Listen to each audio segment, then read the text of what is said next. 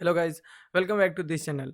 मेरा नाम गौरव कुमार है। मैंने एसएससी 2021 वाले एग्ज़ाम में मैंने खुद एसएससी के अंदर एसएससी के इंग्लिश के अंदर मैंने 80 प्लस यानी 83 पॉइंट समथिंग नंबर स्कोर किए हैं। ओके, तो मैं इस वीडियो में आपको बताऊंगा कि किस तरीके की आपकी स्ट्रैटेजी होनी चाहिए, किस तरीके से आप इस पर्टिकुलर सेक्शन को समझे, आप कितना टाइम इसमें दें और टोटल देखें तो आपके पास 2 महीने का वक्त बचा हुआ है। तो आप किस तरीके से इसकी तैयारी करें कि आपकी अगर प्रीवियस कोई भी तैयारी नहीं है फिर भी आप इसमें 80 प्लस नंबर लेके आ सकें।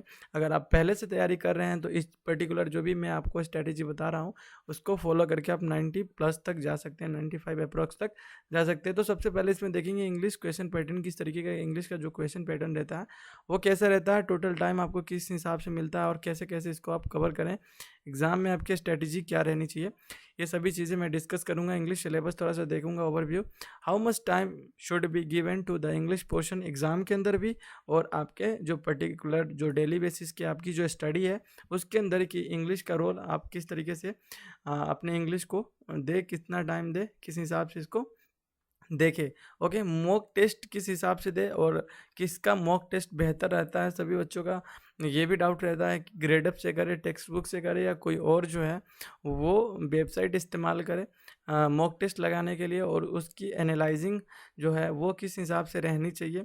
बुक एंड सोर्सेज जो रहता है सबसे इम्पोर्टेंट रहता है किसी भी सेक्शन के लिए। बुक एंड सोर्सेज सबसे ज़्यादा इम्पोर्टेंट रहता है, क्योंकि अगर आप सही बुक का चयन नहीं कर पाते हैं तो यहाँ पे आप थोड़े से मार ज़रूर खा जाते हैं। तो ये सभी मैं आपको बताऊंगा कि किस हिसाब से आप इस पर्टिकुलर सेक्शन को ले। चलिए स्टार्ट करते हैं। सबसे पहले तो आप ये जान लें कि 100 नंबर के लिए 100 क्वेश्चन रहते हैं, जिसमें नेगेटिव मार्किंग आपकी रहती है 0.25 की, यहाँ पे नेगेटिव मार्किंग रहती है। ओके, यानी 1/4। टोटल टाइम आपके पास रहता है 2 घंटे का, जिसमें रीजनिंग एंड जीके भी आपको एडिशनल सब्जेक्ट के तौर पे यहाँ पे दिखेगा। यानी ये 3 सब्जेक्ट के लिए आपको टोटल 2 आवर्स का टाइम रहता है। 200 क्वेश्चन रहता है, जिसमें अकेले 100 नंबर का 100 क्वेश्चन इंग्लिश लेके बैठा रहता है। ओके, फिर 50 नंबर के यहाँ पे रीजनिंग रहते हैं। रीजनिंग में भी आप अगर अच्छे से करें तो इसको 50 में 50 ला सकते हैं। टोटल अगर आप देखें तो आजकल का कंपटीशन यहाँ तक आ चुका है कि आपको सेफ स्कोर तक जाने के लिए अगर आप जनरल ओबीसी है तो 150 नंबर तो मिनिमम आपको लाने ही पड़ेंगे। ओके, तो ये मैं पर्टिकुलर इस वीडियो में इंग्लिश के बारे में बता देता हूँ। नेक्स्ट आने वाली वीडियो रीजनिंग एंड जीके के ऊपर रहेगी। ओके, बहुत ध्यान से इस पर्टिकुलर जो भी चीज़ मैं आपको बता रहा हूँ बहुत ध्यान से देख के आपको इंप्लीमेंट करना है अपनी लाइफ में।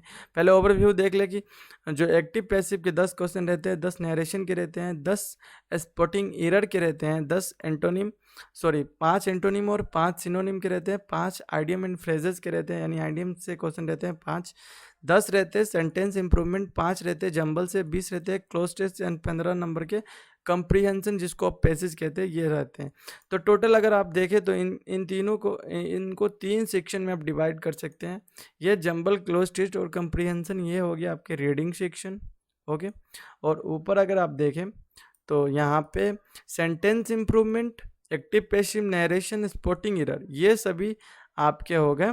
ये जो ये आपके ग्रामर सेक्शन के हो गए। ओके, मैं तीनों सेक्शन के लिए पर्टिकुलर बुक बताऊंगा और तीनों सेक्शन को आप कैसे कवर करें, किस हिसाब से पढ़े तो ज़्यादा आउटपुट मिलेगा आपको, वो सभी मैं आपको यहाँ पे बताने वाला हूँ।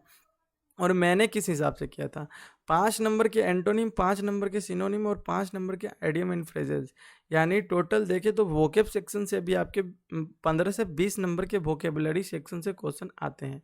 तो बिल्कुल आप किसी भी पोर्शन को स्किप नहीं कर सकते, कर ही नहीं सकते, और इन चीज़ों को स्किप करने की कोई ज़रूरत भी नहीं है, क्योंकि ये उतना वास्ट है नहीं जितना लगता है स्टार्टिंग में आपको। इसमें सबसे जो अगर आप देखें कि हार्ड चीज़ जो है वो क्या रहती है, तो सबसे हार्ड चीज़ यहाँ पे यही रहती है वोकेब सेक्शन, क्योंकि इसमें वर्क ज़्यादा करना रहता है, याद करना रहता है, और ये इंटरेस्टिंग भी नहीं होती। वोकेबलरी याद करने भाई किसी के लिए इंटरेस्टिंग नहीं रहती, मेरे लिए भी नहीं थी। मैंने भी बहुत मेहनत से ज़बरदस्ती इनको याद किया था, अलग अलग पैटर्न पे बना के इनको याद किया था, अलग अलग तरीके से याद किया था। मेरे टाइम में तो मैंने अपने जहाँ पे मैं स्टडी करता वहाँ पे चिपका देता था वर्ड सारे, जो भी मेरे जल्दी नहीं याद होते थे, तो इस हिसाब से थोड़े से कहानियाँ बना के वर्ड याद करता था, इस हिसाब से मैंने अपने टाइम किया था। ओके, तो यहाँ पे एक्टिव पैसिव और नरेशन ये 20 के 20 नंबर बहुत इजीली पक्के हो जाने हैं, इनमें कोई दिक्कत वाली बात है नहीं। तो 20 नंबर आप यहाँ पे पक्के कर ही सकते हैं आराम से, बहुत आराम से, थोड़ा सा मेहनत करके। ओके, नीचे वाली चीज़ देखें तो 5 नंबर के जंबल, 20 नंबर के क्लोज टेस्ट और 15 नंबर के कॉम्प्रिहेंशन।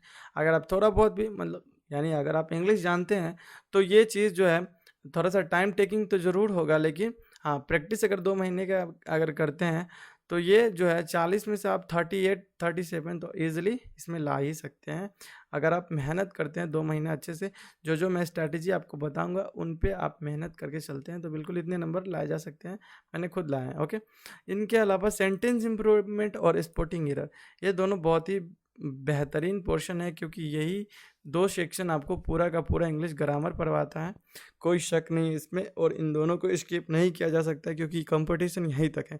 सेंटेंस इम्प्रूवमेंट और स्पोर्टिंग एरर के जो क्वेश्चन रहते हैं बहुत ही बेहतरीन क्वेश्चन रहते हैं, और इनके लिए ही आपको पूरा का पूरा बुक जो है, एक बुक नहीं, एक बुक तो पढ़ना ही रहता है, और इसके अलावा प्रैक्टिस सेट भी आपको लगातार करनी रहती है। ओके, तो चलिए ये तो रह गए, और इनमें भी आप 15 नंबर इजीली आप ला सकते हैं। और बच गया यहाँ पे antonym, synonym and idiom and phrases. आप बहुत ज़्यादा मेहनत करके, बहुत ज़्यादा नहीं, अगर आप बोले तो ऑन द एवरेज मेहनत करके आप इसमें 15 में से कम 12 ला सकते हैं।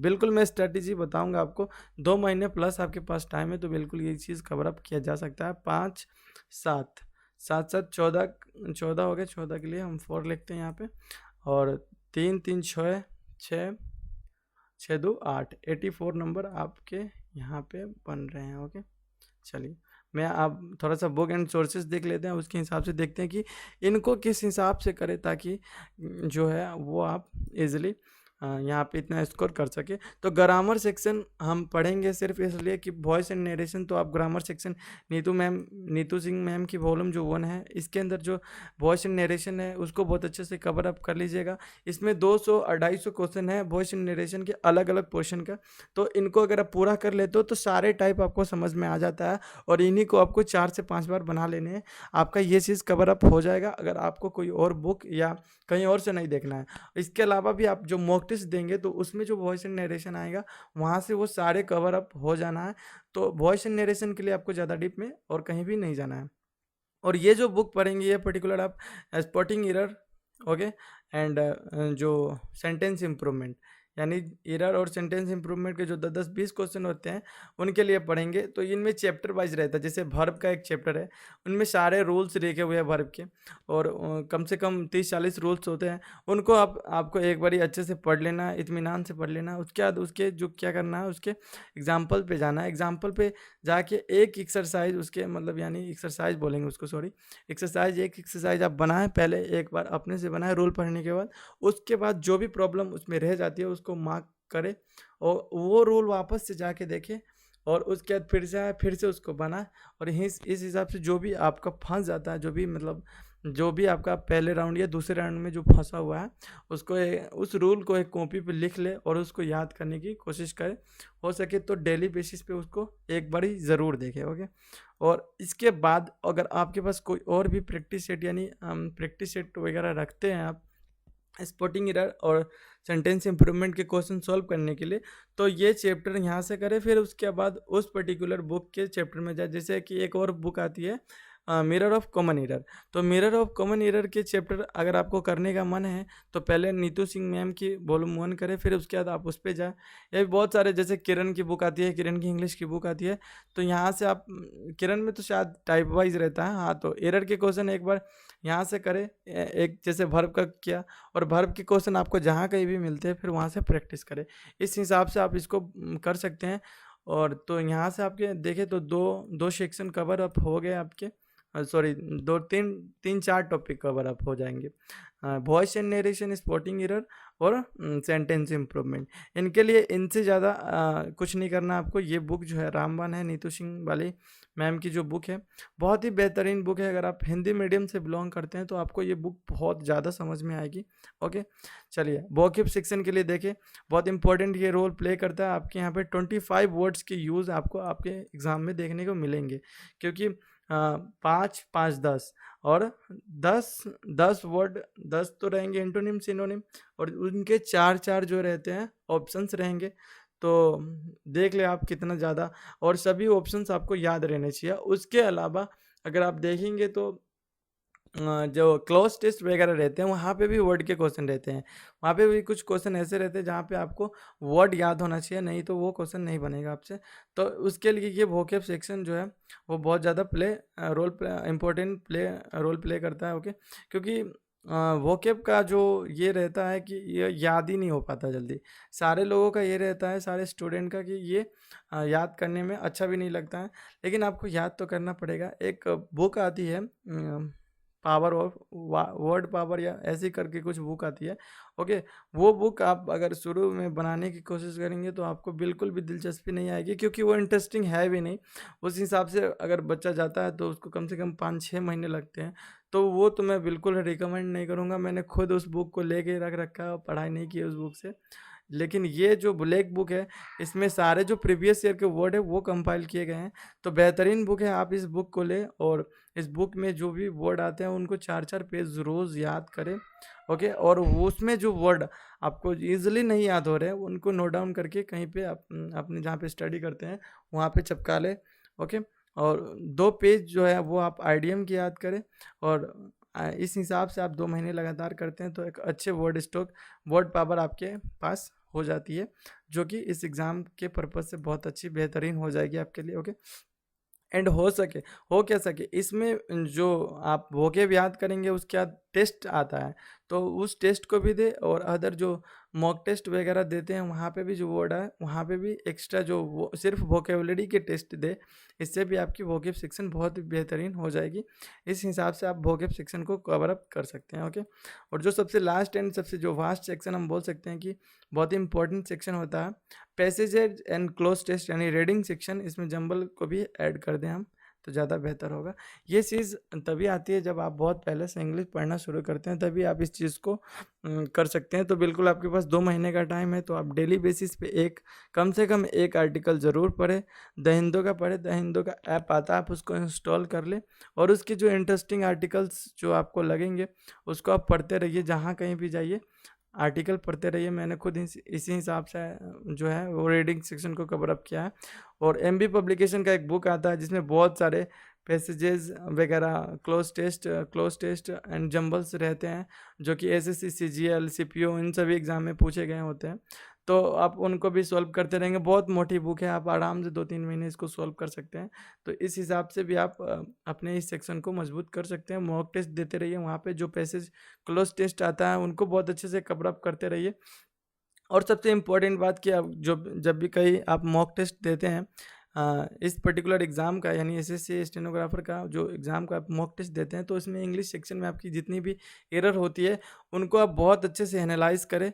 और यही एक जो है मेन इम्पॉर्टेंट जो तरीका है इंग्लिश में स्कोर ज़्यादा करने का, कि आप मॉक टेस्ट दे के उसको एनालाइज बहुत अच्छे से करें, और जहाँ कहीं भी आपकी प्रॉब्लम फंसती है फिर आप उस चैप्टर में जाएँ, वहाँ से उस चैप्टर को कवर अप करें और उसको क्लियर करें। ओके, इस हिसाब से आप इंग्लिश में बहुत अच्छे स्कोर कर सकते हैं। मैंने खुद यही स्ट्रैटेजी अपनाई थी अपने एग्जामिनेशन जो 2021 में मैंने जो एग्ज़ाम दिया था उसके दौरान, और मेरे बहुत अच्छे स्कोर आए। मैं अपने इंग्लिश के स्कोर से बहुत संतुष्ट था। मैंने सिर्फ 2 महीने या बोल सकते हैं 2.5 महीने की तैयारी में इतना स्कोर किया था। अब मेरी स्थिति बहुत ज़्यादा अच्छी है, क्योंकि उसके बाद मैंने लगातार अपनी इंग्लिश की प्रिपरेशन छोड़ी नहीं है। ओके, तो मैं यही उम्मीद करता हूँ कि आप लोग बहुत अच्छे से इस चीज़ को सीरियसली लेंगे। हम मिलते हैं आपसे अगले वीडियो में, तब तक के लिए धन्यवाद। जय हिंद।